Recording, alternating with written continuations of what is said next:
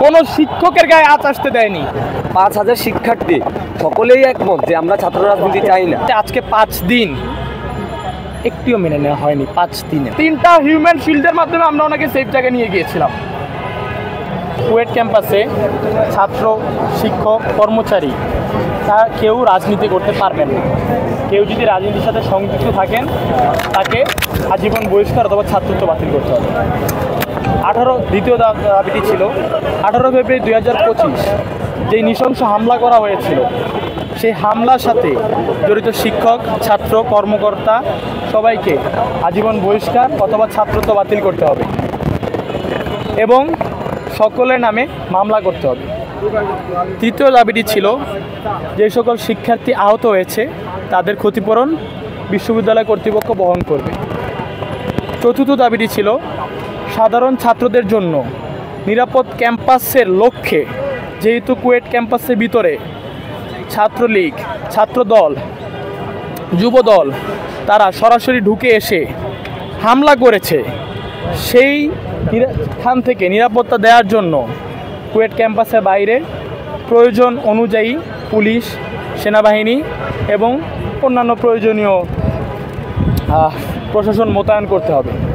পঞ্চম দাবিটি ছিল যে আমাদের শিক্ষক সমিতি এবং ভিসি স্যার এই মর্মে একটি বিবৃতি প্রেসকে দিবে যে সাধারণ শিক্ষার্থীদের উপর কীভাবে ছাত্রদল এবং যুবদল এবং বিএনপির ক্যাডাররা নৃশংসভাবে হামলা করেছিল। এবং আমাদের সর্বশেষ দাবিটি ছিল যে আমাদের ভিসি স্যার, প্রভিসি স্যার এবং ডিএসডব্লিউ স্যার উপরের 5টি দাবি মেনে নিয়ে, যেহেতু তারা আমাদের নিরাপত্তা দিতে পারেননি, ক্যাম্পাসের ভিতরে ঢুকে সন্ত্রাসীরা আমাদের কুপিয়েছে, ওপেন গুলি করেছে, সেই জন্য তারা পদত্যাগ করবে। আমাদেরকে বলা হয়েছে 6 নাম্বারটা তারা মেনে নেবেন না, প্রথম 5টা মেনে নিবে বলে আশ্বস্ত করা হয়েছে। আজকে 5 দিন একটিও মেনে নেওয়া হয়নি। 5 দিনে অভিযোগ উঠেছে আমরা হেনস্থা করেছি। একটা ফুটেজ দেখাতে পারবেন না যেখানে স্যার বলেছে স্যারকে হেনস্থা করা হয়েছে। আপনারা দেখবেন স্যারকে হিউম্যান শিল্ড দেওয়া হচ্ছে। হ্যাঁ, সবার মধ্যে ক্ষোভ ছিল, কিন্তু সাধারণ ছাত্ররা নিজেরা রক্তাক্ত হয়েছে, কোনো শিক্ষকের গায়ে আঁচ আসতে দেয়নি। 3টা হিউম্যান শিল্ডের মাধ্যমে আমরা ওনাকে সেফ জায়গায় নিয়ে গিয়েছিলাম।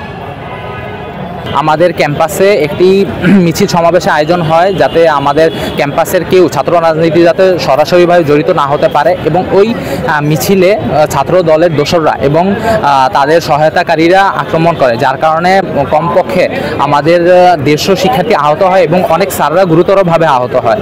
এই কারণে আমরা 18 ফেব্রুয়ারি দিবাগত রাতে কুয়েট প্রশাসনের কাছে আমাদের 6 দফা দাবি উল্লেখ করেছিলাম, কিন্তু আজকে 5 দিন হয়ে যাওয়ার পরেও কুয়েট প্রশাসন সেই 6 দফা দাবির একটিও সম্পূর্ণরূপে বাস্তবায়ন করতে ব্যর্থ হয়েছে।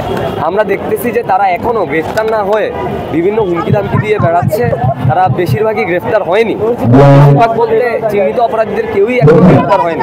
আমরা কুয়েট শিক্ষার্থীরা, আমরা নিজেরা 5,000 শিক্ষার্থী সকলেই একমত যে আমরা ছাত্র রাজনীতি চাই না, এবং আমরা বিশ্বাস করি অন্য কোনো ক্যাম্পাস যদি তাদের ছাত্ররা যদি দাবি চায় বা না চায়, সেইটা তাদের প্রশাসন তারা ডিসিশন নেবে।